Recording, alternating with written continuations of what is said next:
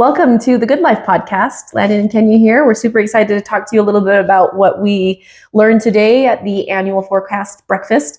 They do this meeting every year in the Salt Lake Board of Realtors, and they bring in all the realtors gather together. They bring in economists from around the nation, and there's a local economist. I don't know if he's an economist, researcher, who's a doctor at the University of Utah Kemp Gardner Institute. Dr. Jim Woods that comes every year and speaks to us. His entire career has been dedicated to researching and learning and studying about the Utah real estate market. So they bring in a lot of really valuable information. We love attending this meeting and gleaning everything that we can from it and using it throughout the year, both to guide our clients and our business. So today we'd like to talk a little bit more about it and tell you a little about what the information was and how it applies to the real estate market, and especially here in Saratoga Springs. Yeah, exactly. So a couple of the big takeaways that we want to talk about today: pricing, volume, what that means for us here in Saratoga Springs, what that means for buyers and sellers specifically.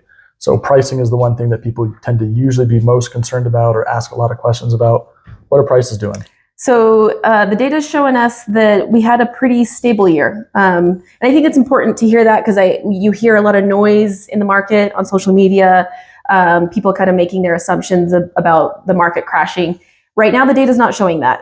You do see some softening on prices, but still overall, we're seeing an increase. So this year we had about a 1.9% increase in the median sales price. And this slow growth comes after a huge ramp up in sales prices from 2020 to 2022. That's a mouthful to say. We saw about a 40% increase in 40%, which if you just take a second to just like wrap your brain around that, it was insane. Prices were moving, up at what was normally be an annual rate from month to month at that time. So we had this huge surge that came out of COVID. A lot of people were moving in that time, and we're at the point where we're now just trying to catch our breath. So we're seeing for the last 3 years, we've seen really modest growth, about 2%. And the forecast that they talked about, kind of what we're seeing, is about the same. 1% to 2% growth in 2026 is what we're expecting. What they said is basically what's happening is we're running on a treadmill right now. No, we're running in place right now. Running in place, yeah. We wish it was a treadmill. We're kind of moving, but we're kind of just staying in the same place right now. Nothing like what we were seeing before. It's steady. It's not falling. It's just stabilizing. Yep. And then I think, so in Saratoga Springs, in that same time period, the 20 to 22 range, we probably saw an even bigger ramp up. We were one of the fastest growing cities during that time, with our values increasing maybe even more than some of the Salt Lake County ones. Yeah, with all the development and the growth, at the time, it was so much more affordable than a lot of the other areas that I think that really escalated. I mean, it was a huge solution to the affordability issue that we've been fighting for several years due to the limited inventory. It makes me wonder, I'm kind of curious, since we had maybe an even larger growth ramp, if it might take longer for us to recuperate.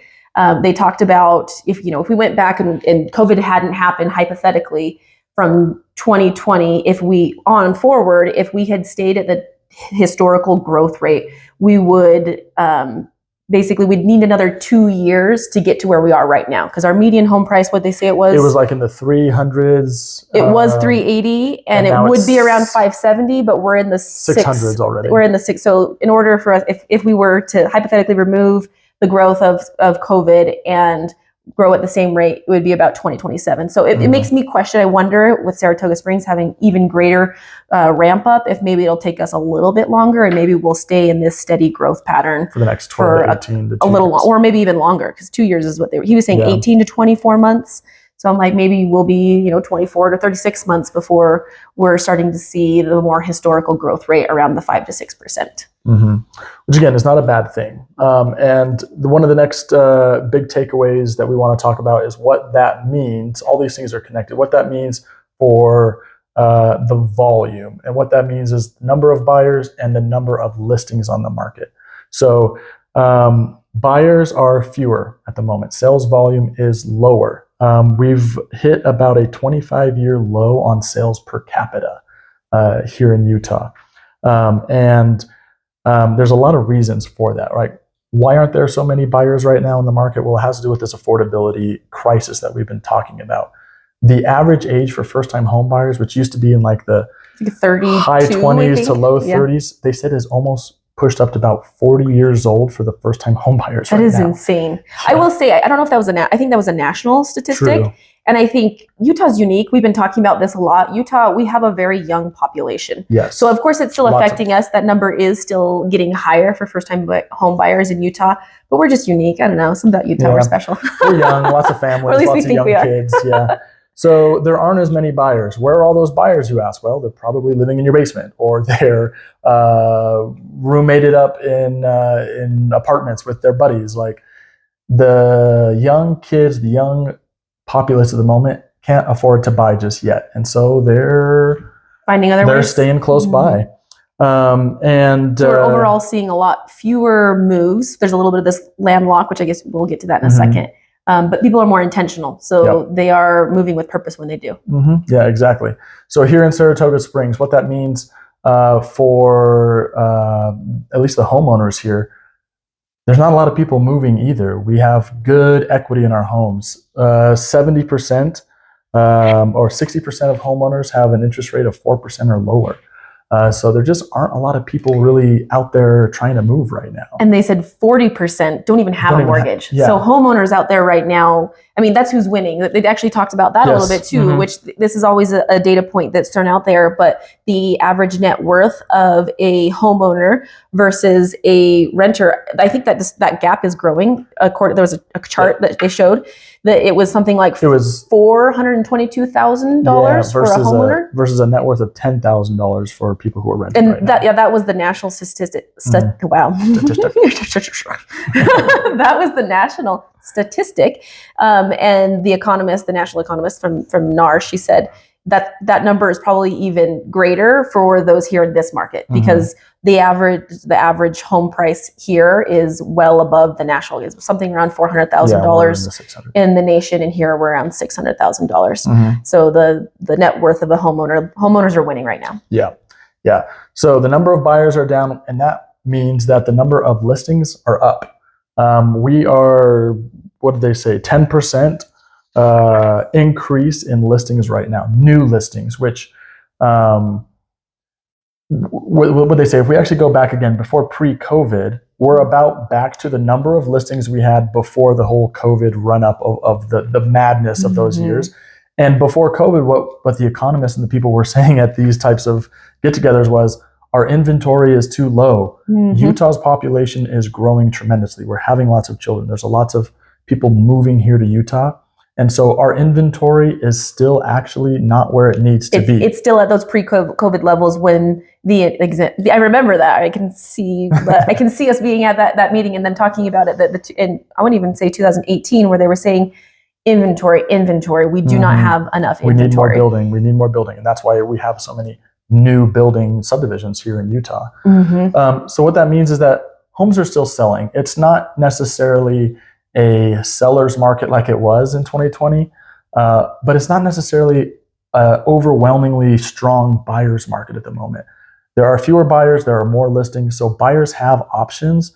And so people that are selling, they have big whys. They have big reasons to be selling right now. And houses are selling, inventory is moving, but it's the ones that are being really intentional and really particular about their listings that are the ones that are being chosen right now by the buyers, because buyers are being more selective and more picky. Sellers have to be well positioned in their pricing, and they have to be well presented, and those homes are still moving. I think they actually said 20% of listings are still selling above their list price.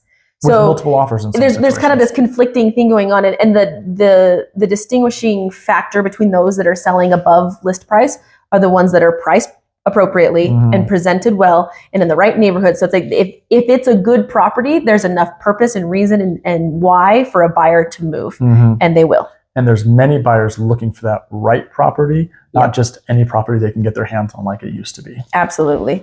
Well, should we jump into that then? Like, what does all this mean? Like, we've thrown a lot of data at you, which is really fun. Hopefully you like that. I like it because I'm a nerd. But really, what does that mean? What does it mean for buyers in this market right now? So if you were going to be a buyer right now in the market, what would you be thinking about? What would would your plan be? So honestly, I just want to talk about the pros for a second. The great thing about being a buyer in this market, as opposed to that 2020 to 22 I like how I keep saying that, even though it's really hard to say.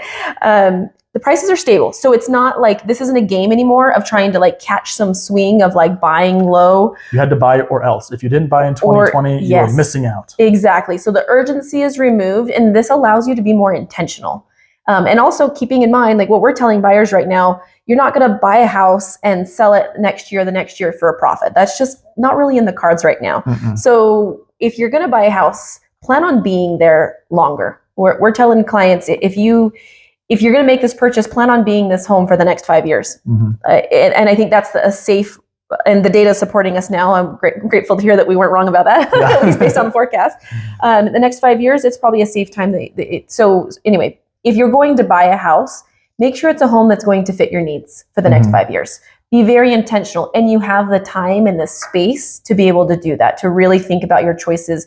You don't have to walk into a house and immediately decide if you want to buy it right then and there and write an offer. So you can think about, does this home really fit our needs? Is it going to work for us for the next 5 years? And I think that's really exciting. Yeah, that is. And so being strategic and really like the market right now is rewarding those who are prepared.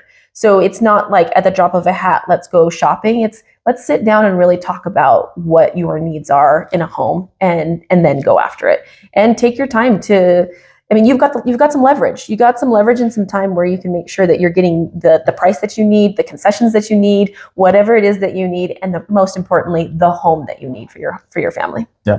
What I'm hearing a lot of, and what I think some of our main takeaways are going to be, is strategy and intentionality, coming up with a plan. I think that's really valuable, again, for people in our industry where we can really shine, is that is where we bring value, is that we take homeowners who maybe don't understand the whole process, and we say, look, we can guide you through this.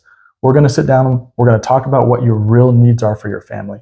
What is going to make this move that's going to add more purpose, not just necessarily square footage in this move? What's going to add purpose to you and your family? Let us help you craft that plan, and then let's go out and find it. And we have time to find it. To your point, we don't just have to go out and throw out offers shotgun style like we did years ago. We can be selective. You can see a house and sleep on it and make the decision the next day, and not as you're walking out the door. Yep. Great time. Absolutely. Yeah. This is not a rushed market. It's a planned market. It's time for planning. Aligning your life and aligning your home purchase, which is so exciting. It is really exciting. That's what home purchases are all about. Aligning these purchases to your life, to better fit your life, and to better elevate your life in some way. Yeah, I mean, I don't want to beat this dead horse, but I'm like, so many times we hear this, your home purchase is likely to be the largest purchase of your life. Right. And so who wants to run into the largest purchase of their life, like just on a whim and making a purchase? Like, let's sit down, let's talk about it. Let's get really clear and let's plan. And it's never too early to start planning. No. Like, it's never too early to get in touch with an agent or your lender and find out where you need to be in order to accomplish what is best for your family. Right. Yeah. So what does that mean for sellers then? If this is a good time to be a buyer because you can be intentional, because you can make a plan, well, where does that leave sellers? Well, it actually means that sellers need to up their game a little bit. Like, there is some more intentionality and strategy, even more so, that needs to go into your listings. Right now, like we said before, the homes that are selling are the ones that are presented well, the ones that are priced well. People who are pricing right now, maybe inflated, who are bravadoing in my house here, you might sit for a while, right? Yeah. And something we touched on was new builds. There are so many new construction homes out there. And one of the statistics they talked about in this meeting today is that for the first time in decades, new homes are actually more affordable than existing inventory. And there's a lot of reasons for that.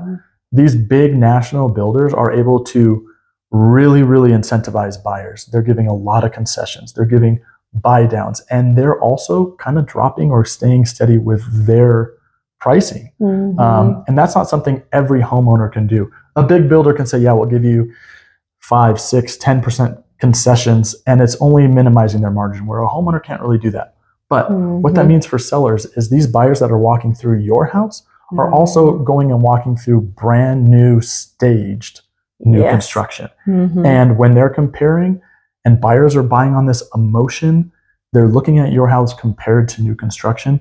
So presentation is everything right now. Yes, being presented well. I mean, if you prepare, so again, planning. this intentionality, this planning. This is an alignment type of market. It's not a rushed market. So as a seller, before you list a home, you really need to be intentional and plan and strategize. How can you make your home as appealing, if not more appealing than, I mean, really more appealing than a model home? So as unrealistic as this sounds, how can you make it look like nobody lives in your home?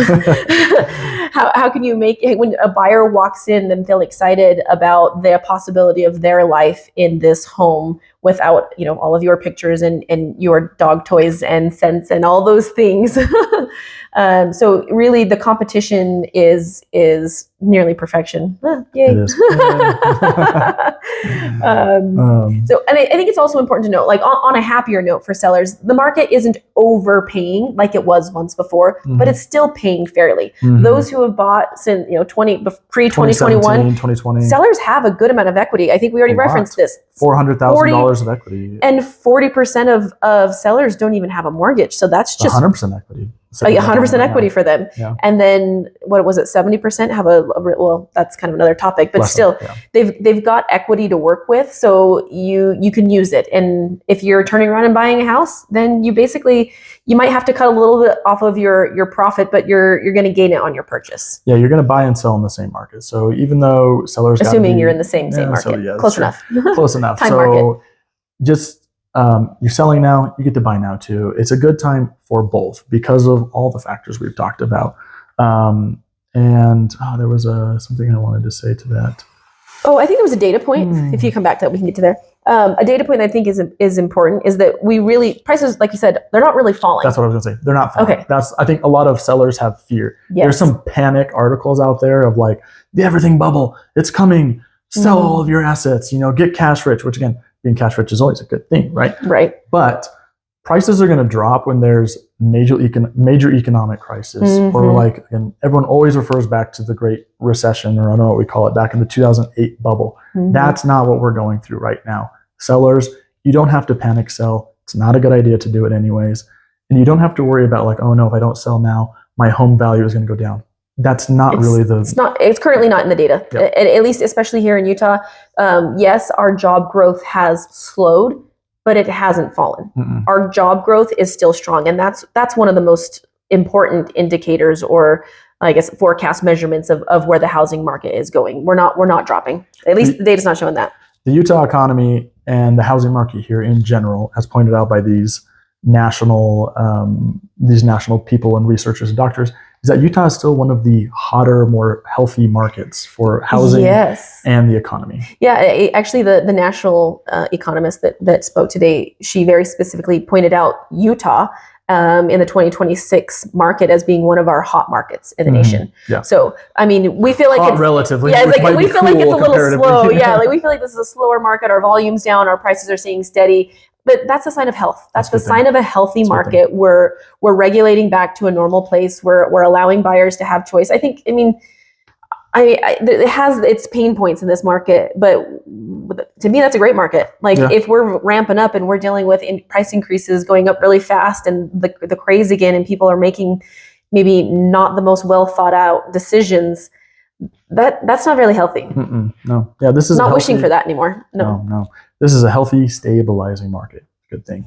Yep, absolutely. So what does that mean, kind of our whole takeaway? Wrapping this up, what does that mean for us here in Saratoga Springs? What does that mean for us, Good Life Homes? I mean, Good Life Homes, we're all about intentionality. So we're really happy. Literally, our brand is intentional. It's all about intentionality, all about getting our clients into homes that work for them, that will work for them for a long amount of time. It's not just about a dollar value, a square footage amount. It's about getting families into homes that work well for them and having this breathing room to make well-informed, strong decisions for themselves. I mean, to me, I'm seeing a very comfortable market to buy and to sell. And if you do it right, I mean, you just have to do it right.